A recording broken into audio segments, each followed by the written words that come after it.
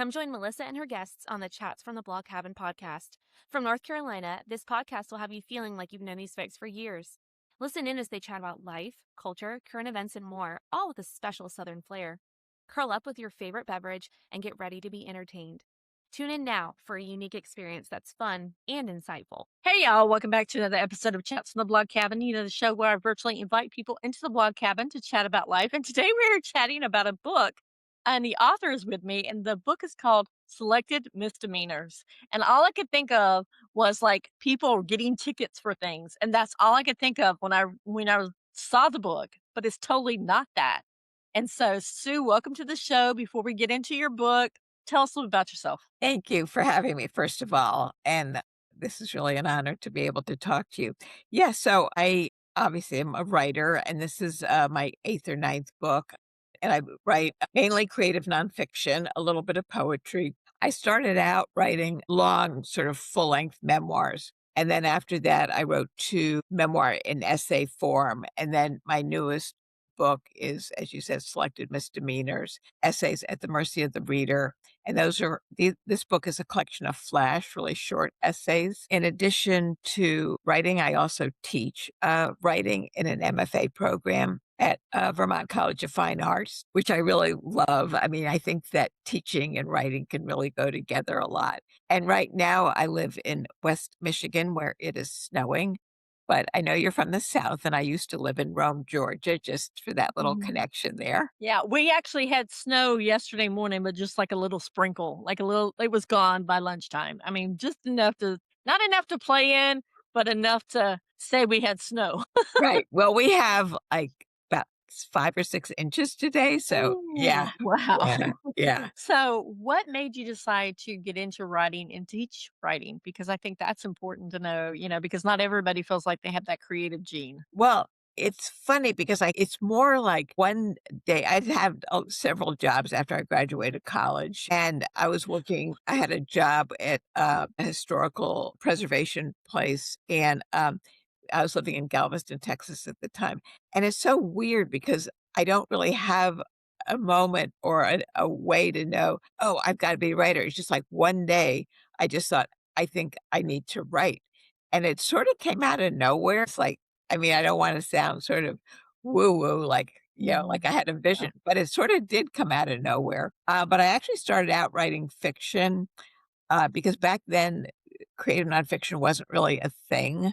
And so I did start writing fiction, and I wrote actually really bad fiction for a long time. And so I have a bunch of novels that are terrible, and I'm glad they never got published because I would be embarrassed. And then it was really my therapist, not a writing instructor, who suggested to me, like, hey, Sue, why don't you write your own story, a memoir? And it was almost to humor him that I then switched from fiction to memoir. The funny thing is, though, is that all of these, and they really are bad novels, they all in some way or another are kind of autobiographical. So I was trying to tell my story, but I just was either too scared, wasn't ready.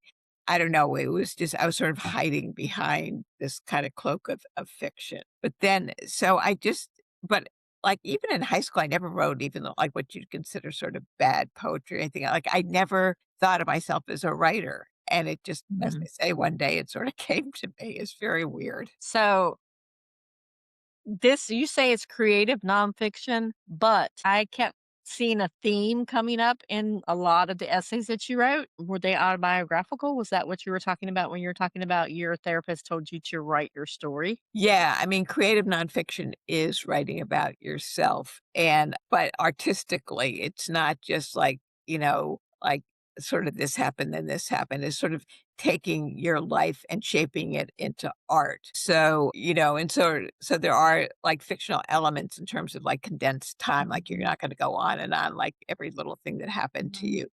But yes, creative nonfiction is sort of exploration of the self. So did you find that was therapeutic to do that? Because I know a lot of people that are struggling with what you went through. Was that therapeutic for you? Was that something that everybody should kind of use as a tool to help them get through their feelings? Well, I think there are two ways to approach that because you can just write so that it is kind of therapeutic and that more kind of journaling, stuff like that, just trying to get your feelings out. What I'm doing, because I'm a writer and I want to get my work published, it's not therapeutic in the usual sense of that word, but yet it is, but yet it learning about the self, because as I'm writing, it is an exploration like this happened to me. What did it mean? And so it's trying to discover, what these different things mean. And so in that sense, you could say it's sort of a form of being therapeutic, but it's not like you'd want to sort of sob and cry and everything all over the page. Because like when I've been in therapy a lot, and when I'm in therapy, I'm just like sort of an emotional mess. And when you're writing, you have to sort of take that emotional mess and give it a structure, give it an art form. So that's sort of the difference, if that makes sense. It does make sense a lot. Now, can we talk about what we're talking about? Because that way the listeners will know Yes, what of there. course. Yes. So growing up, my father sexually molested me. And so that's what my first memoir is about. It's called Because I Remember Terror, Father, I Remember You. And the reason why I had to kind of write that is that I had to understand sort of how that affected me, what it meant. And then from there, my second book is called Lovesick, One Woman's Journey Through Sexual Addiction. And so that is sort of an outgrowth of the first book to show that the sex addiction is a result of the sexual abuse. Not that you have to read the first one to read the second one, because they're definitely standalone. But at the same time, that's sort of what I mean about kind of self exploration is like, with the sex addiction, like, how did that affect my life? What form did it take? And then as you write, you kind of discover the theme of the book, how and kind of the metaphors of the experience. And for me, it's like kind of with both the books growing up, I kind of lived in this world of silence. Like I wasn't allowed to sort of talk about what was going on. Like to the outside world, we looked like this perfect family. I had wore nice clothes and my hair was always combed and so we looked pretty perfect.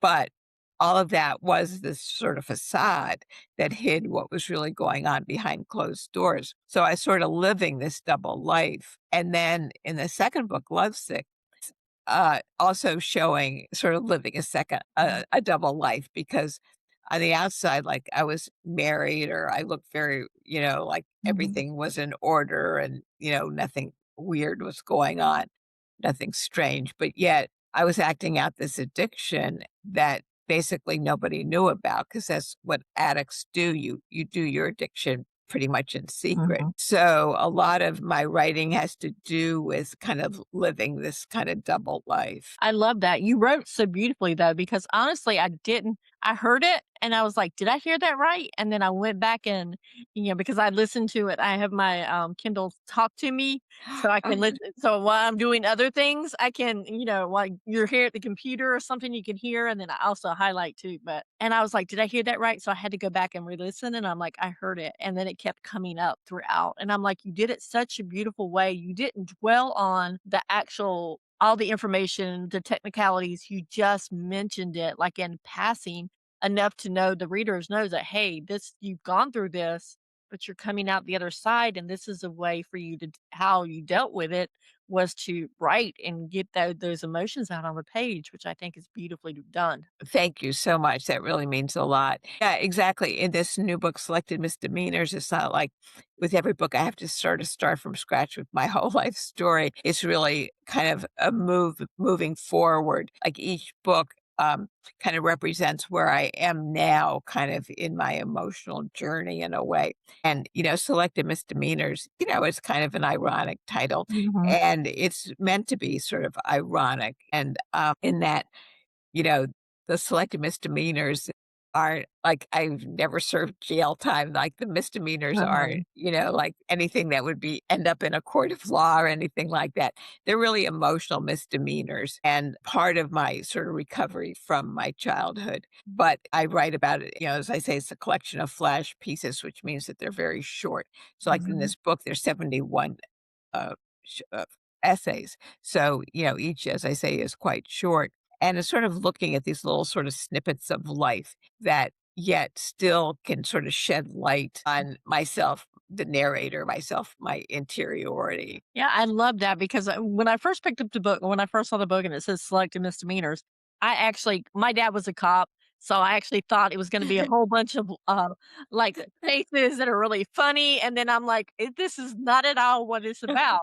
I'm like, okay. But it was such a great book and it's such a great read. Like I said, it was Thank you. written beautifully. Thank you. We need to take a brief commercial break, but we'll be right back and you're going to read part of your book when we come back, correct? Yes. All right, here we go. People welcomed me and they knew the pain of the journey that we'd been on because they'd been there too. Other Parents Like Me is an online community, peer led, for parents with kids struggling with mental health and or substances. It's a space that's safe. Feels like I can actually share what's going on. We offer 15 daily support groups per week and live speaker talks on Thursdays, as well as a monthly expert panel. We also have a resource hub that has a toolkit. This includes over 1,000 articles, podcasts. There's a glossary with the most recent and relevant terms. And we have a directory that's been vetted.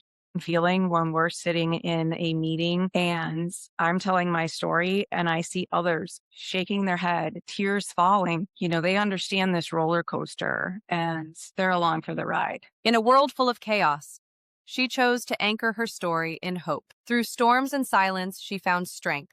Now, she's inviting you to do the same. This isn't just a book, it's a lifeline. For every woman who's ever felt unseen, your healing begins here. Anchored in hope. Available now. And we're back with Sue. Now I got a tickle in my throat. You're going to read part of your book. So I am. Yes. So I'm just going to set it up a little bit. This is selected misdemeanors. And basically, the idea is that with these collection of flash 71 flash essays, is that I just take a little snippet of life and write about it in such a way that it speaks to a larger issue. So that's what this book does. That's what this essay does.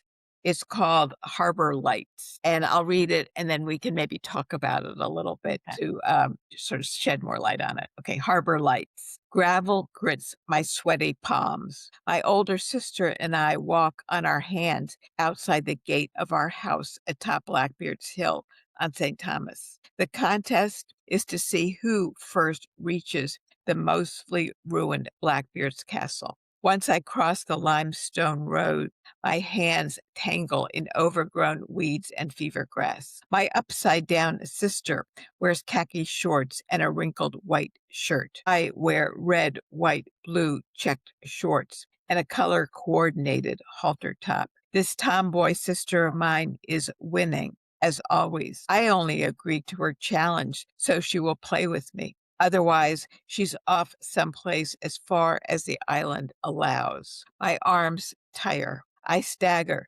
taking a few wobbly handstands to rebalance. I no longer see my sister, but I hear her ahead, rustling the weeds. Sweat runnels up, down, my arms to my neck. Although I'm no longer on the road, one palm lands on a sharp sliver of limestone. My arms collapse as my sister reaches the rusty door of the castle. I won, she yells, triumphant, now standing over me. I want to ask her to take my hand, help me stand.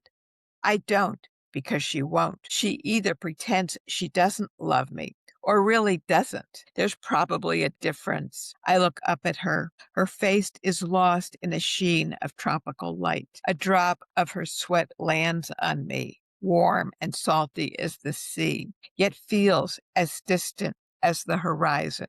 I'm going to the marina, she adds, tucking her shirt into the waistband of her shorts. At the marina, she will climb the rigging of a ship or play on the trampoline. I myself once tried jumping on the trampoline, but it scared me. I was convinced that with one wild tumble, I would pitch into the Caribbean. She is the one to jump, bounce, run, climb, flee, walk upside down, to outdistance me, leave me behind. Later that evening, alone, I rest my elbows on the still warm railing on the veranda. A trace of trade winds cools my sweaty arms. The sea and sky merge into blackness. Lights on ships moored in the harbor, reflecting in the water, are solitary stars tumbled from the sky. Does she love me or doesn't she? By the time we are grown, I still won't know. I will also never know whether our father misloved her too. I ask. She remains a light falling, rising beyond my wishes, outside my knowledge, beyond my grasp. And that's the end of that essay. And I just want to point out for people that are watching this, if you go into the QR code in the corner, you can go straight to Amazon and buy the book.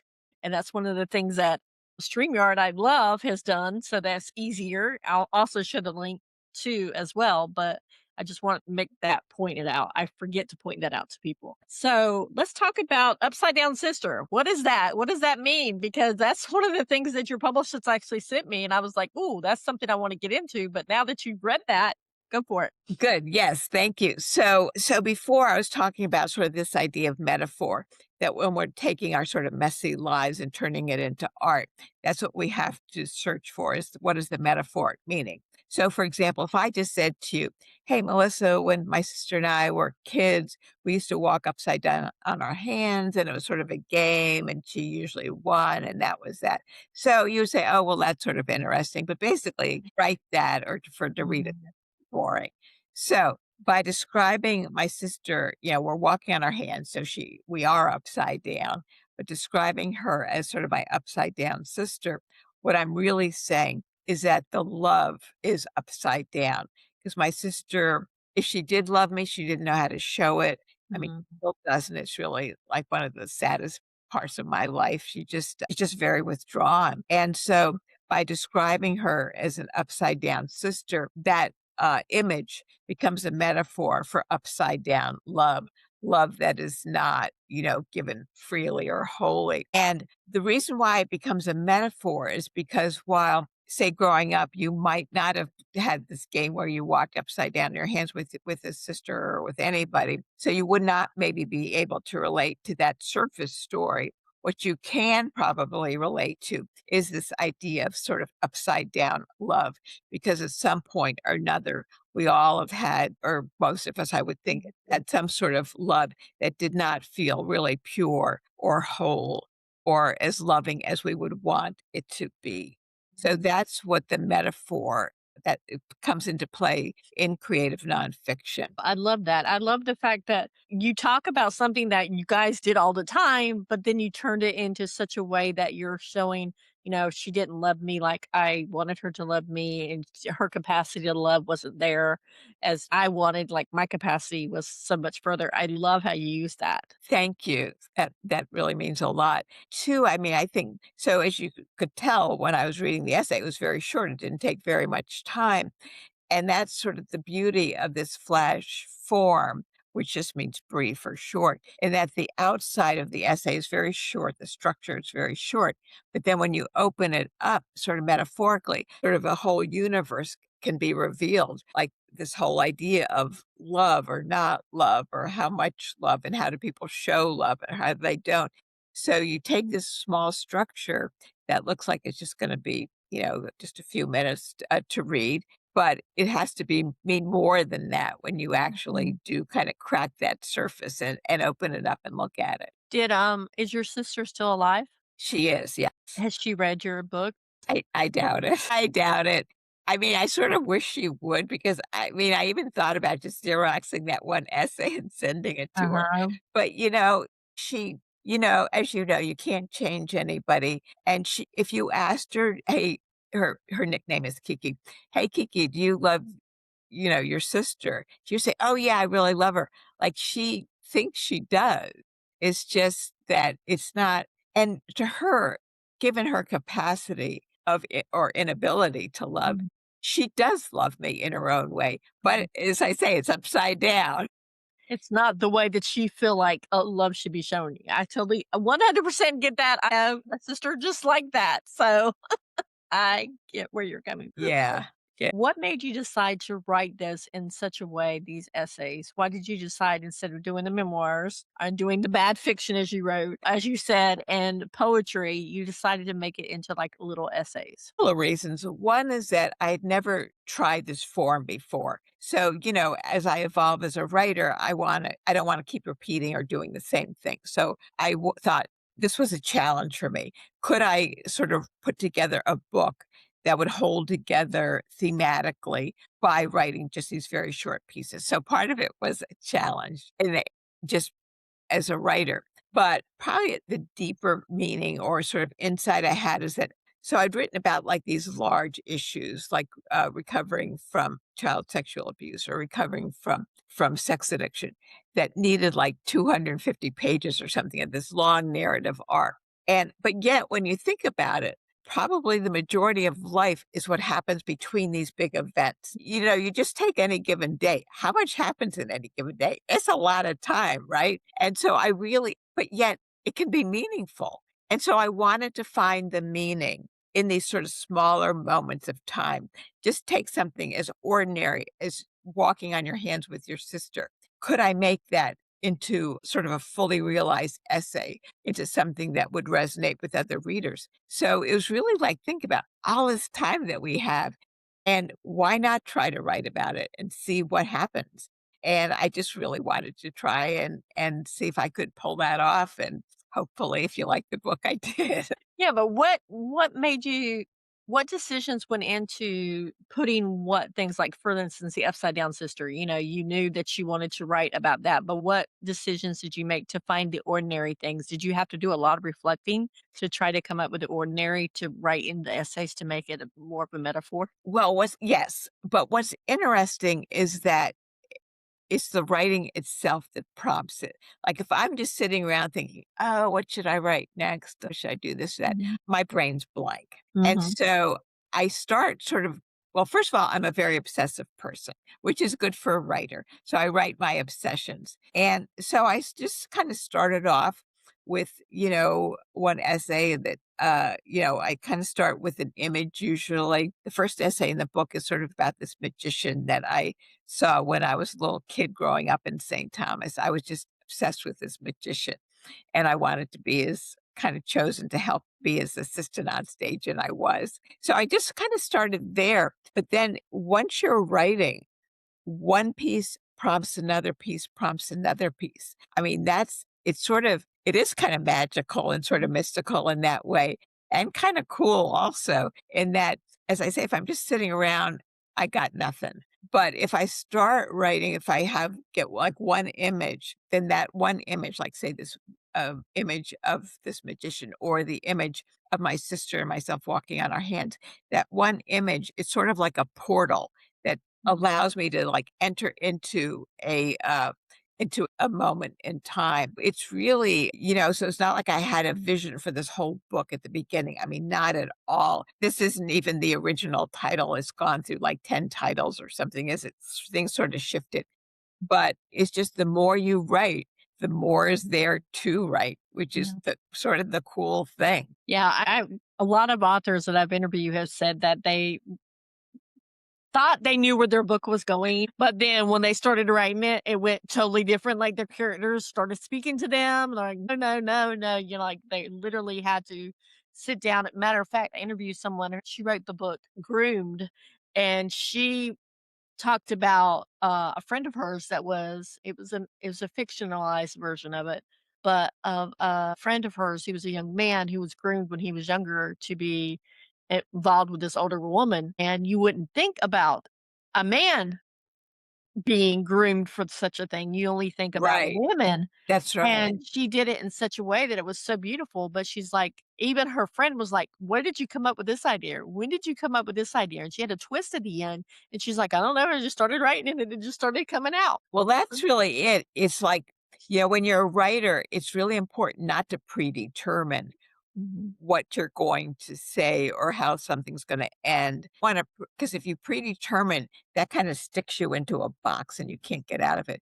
But if you sort of like kind of set your ego aside and just be really free and open to the process, that's when your, imagination can kind of go, just sort of be really free. And that's what I do. I think of it as sort of following a whisper, and really is following a whisper of words and letting just sort of seeing where these words lead me. And just as I say, the more I predetermine, the less successful I am. Okay, first of all, I love how you said following a whisper. I love that. I'm going to start using that because I love that. It's so funny that you talked about a box because I actually highlighted a thing toward the end of the book.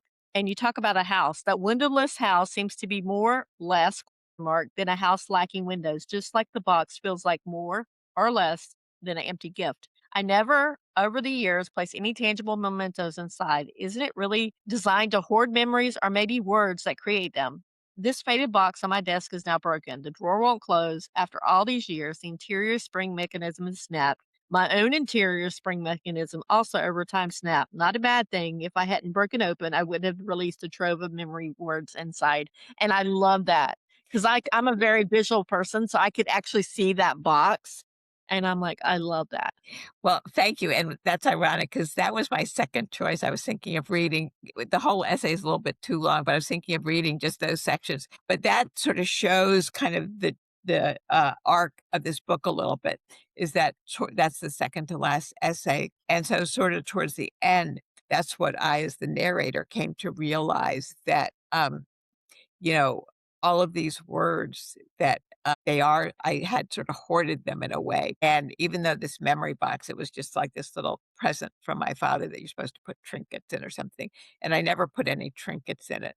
But then I realized much later in life, like, oh, I really did put stuff in this box, but it was sort of, talking about whispers, Mhm. it's sort of like all my whispered words Or- are sort of in this box. And then the box did break and the spring sprung and they opened up. And that's sort of like what allowed me to write. Yeah, and I love that. I love the way that you take something that's so I can't even imagine the trauma that you went through and the healing that you had to go through to get to the point where you can actually write about it. But you write about it so beautifully that anybody that has been subjected to this kind of trauma can actually understand and relate to, even someone that's not subjected to it, because you don't get into details. You just lightly like icing, like sugar icing on the sugar coated it a little bit, but you still knew what's happening. Yeah, right. It's like, it's very, in fact, so just to give an example of what you're talking about, the opening line of the book which is the essay about this magician, the essay is called At the Apollo Theater. And the opening line of the book is, my father sexually misled me growing up, but that's another story. And then immediately I just talk about the magician. But just by having that one sentence, that sort of gives sort of like the background, like the core of where this young narrator is starting from. But then it really goes on to explore, as I say, sort of these smaller moments of life. And I mentioned my father periodically Mhm. throughout, but it's sort of just a mention really, because that's not the point of this book at all. You have to sort of have that kind of for context, of course, Mhm. who we are as children, something that big that happens in childhood. You can't escape that. So I had to at least introduce that idea in the book so that the reader knows sort of what sort of the kind of ground zero is. This is where we're starting at. This is the Yeah. base. But then it goes on to explore all of these other things. Yeah. So what made you decide, like you said, you wanted to try it, but do you think you'll write more stuff like this? Because I mean, it was done such beautiful. The essays were short that you could sit in carpool lines reading it. You could sit in a doctor's office reading it, DMV reading it. I mean, and so you don't have to worry about losing track of where you're at in the book because they're short enough that you could probably squeeze one in while you're waiting for somebody. Yeah, I actually loved this form, as it turns out. And the other thing is that, so I've written those two long form memoirs. And then the second two books were memoirs and essay forms, but the essays were much longer. And now having written this book of flash pieces, I really do love this form. It's kind of a challenge because in some ways it's easier to write a lot than a little. And, like just go on for pages. When I told you I was writing those bad novels, my first bad novel was, I'm not kidding, 1,000 pages. Wow. Yeah, I didn't know how That's a to lot of stop. words. That's a lot of words. And of course, they all ended up in the garbage can. But it's very hard to write short, but I love the challenge. But the other thing is that just in terms of my own life, I don't have another like long narrative to write. I mean, I had the one about growing up in this incestuous family. I had this long narrative of recovering from sex addiction. But I don't even have that in my life to write about. So the way I envision my life now is in sort of these shorter snippets of time, but yet, of course, the challenge of finding meaning in them and putting them together so that they do cohere into a whole. So, like this book, Selective Misdemeanors, it does have this overall theme. So it does feel like a real collection, not just kind of random essays thrown together. So, yes, that's what I hope to find. But I have to stop, as I said, I have to stop thinking about it and start writing. Do you have anything else in the works right now? Are you thinking about writing another thing? Yeah. So right now, so as I mentioned, I teach it at this low residency MFA program, Vermont College of Fine Arts. And I just got a really nice sort of promotion. I program co-chair, which is really nice, but it takes up an enormous amount of time. So I'm really busy right now with the teaching and administering this college program, this graduate school program. So I don't want to put too much pressure on myself to write when I'm trying to figure out how to do this job. And but yes, I do. Things are sort of, as much as I say you can't think, you've got to write. There are some images kind of floating around my head. So I know that I will be writing again. It's just like maybe in February. So take us through that writing process because you said you have images and things running through your head. Do you jot them down or do you just keep them down? I've jotted down a few, but I also kind of know, sort of from experience, that they're kind of placeholders that probably nothing that I'm writing now is going to actually end up in a book or in an essay.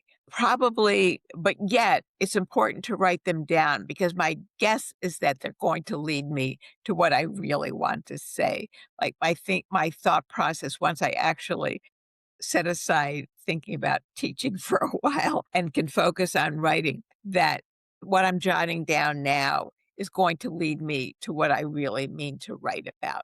That's my guess. And maybe like one sentence or one image maybe might end up in the book. I mean, I can be specific if you want. I mean, like a year and a half ago, I actually got shingles, which was awful.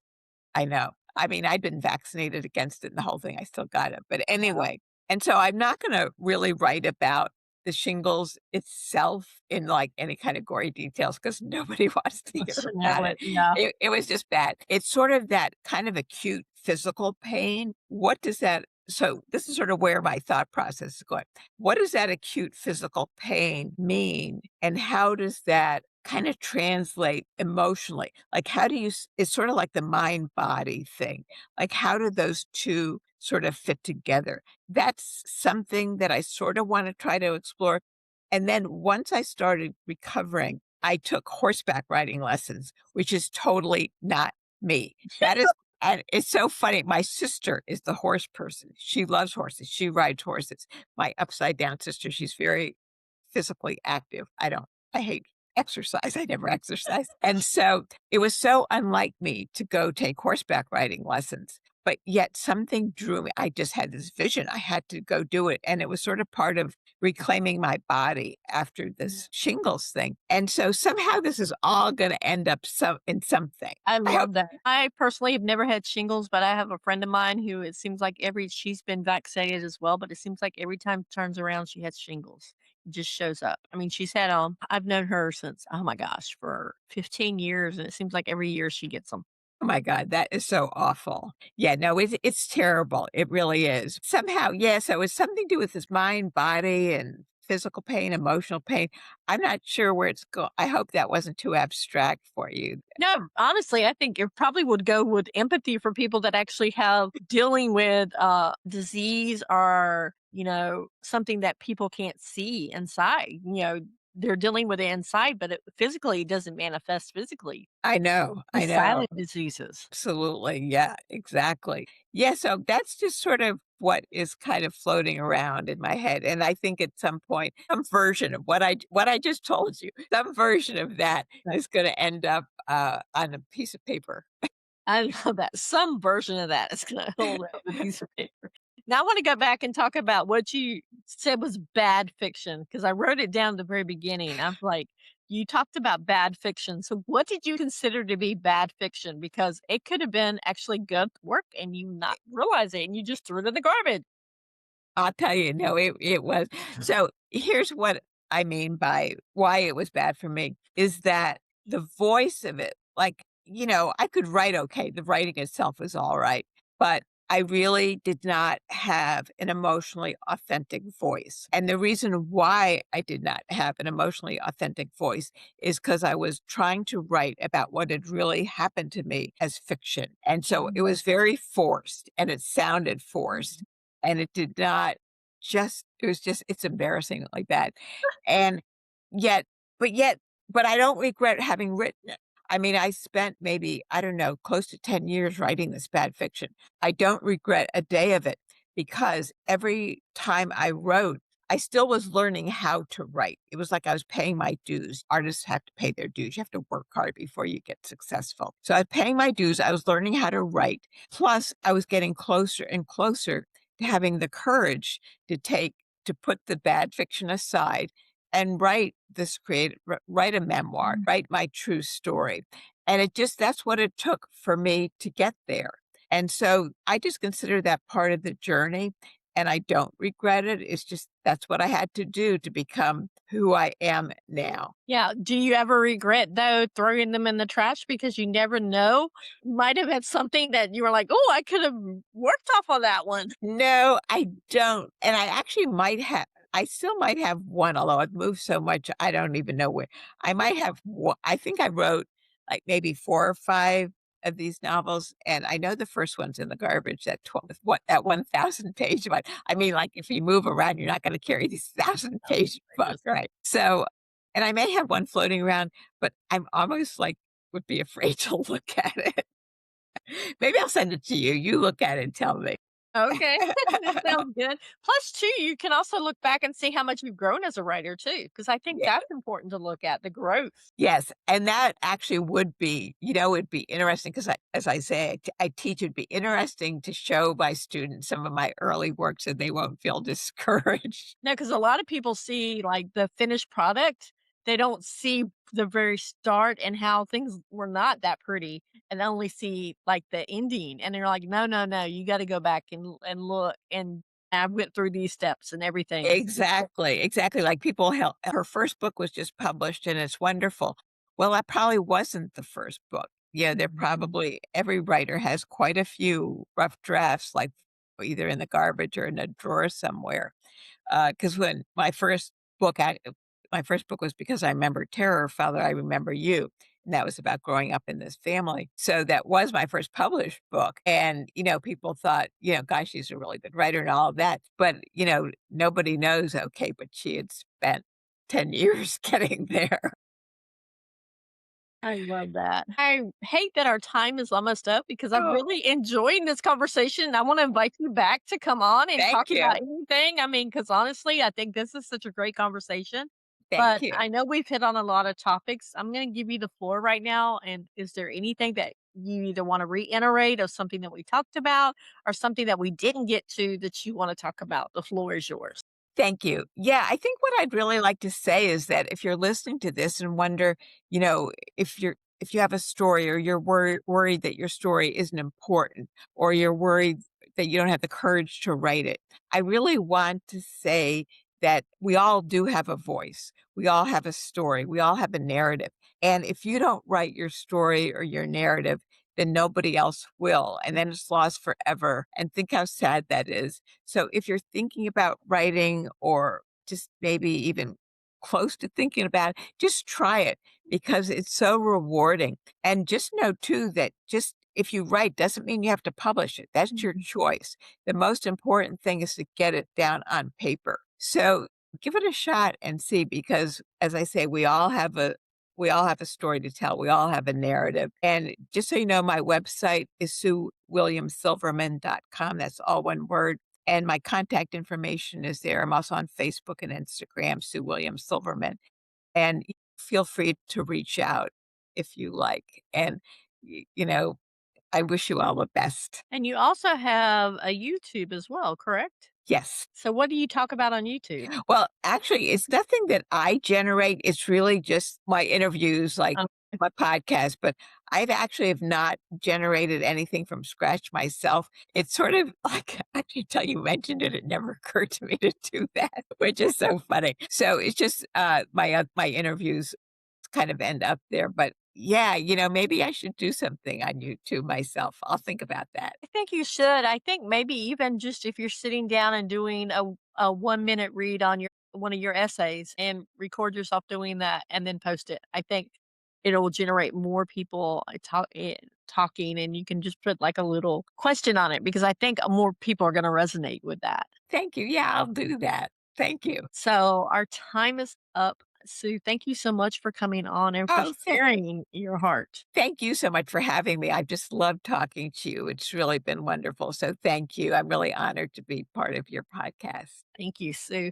So, guys, I will put it in the show notes everywhere you can find Sue, as well as where you can find her other books, because I'm going to link all her other books as well. Not the bad ones, not the bad fiction ones that you throw in the trash because they weren't published, but the other ones. And who knows, maybe I may have her come back on if she does find the other book and sends it to me, talk about the bad fiction.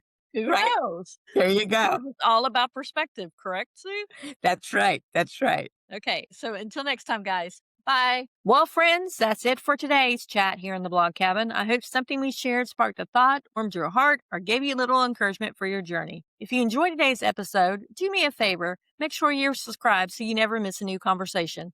And if you'd like to spread a little love, leave a review or share this episode with someone who needs it. Remember, this little cabin isn't just mine, it's ours. It's a space where we show up, share stories, and shine a little light together. Until next time, keep living with hope, keep anchoring yourself in love, and never forget, you've got a seat saved here in the Blog Cabin. Take care, friends, and I'll see you in the next episode.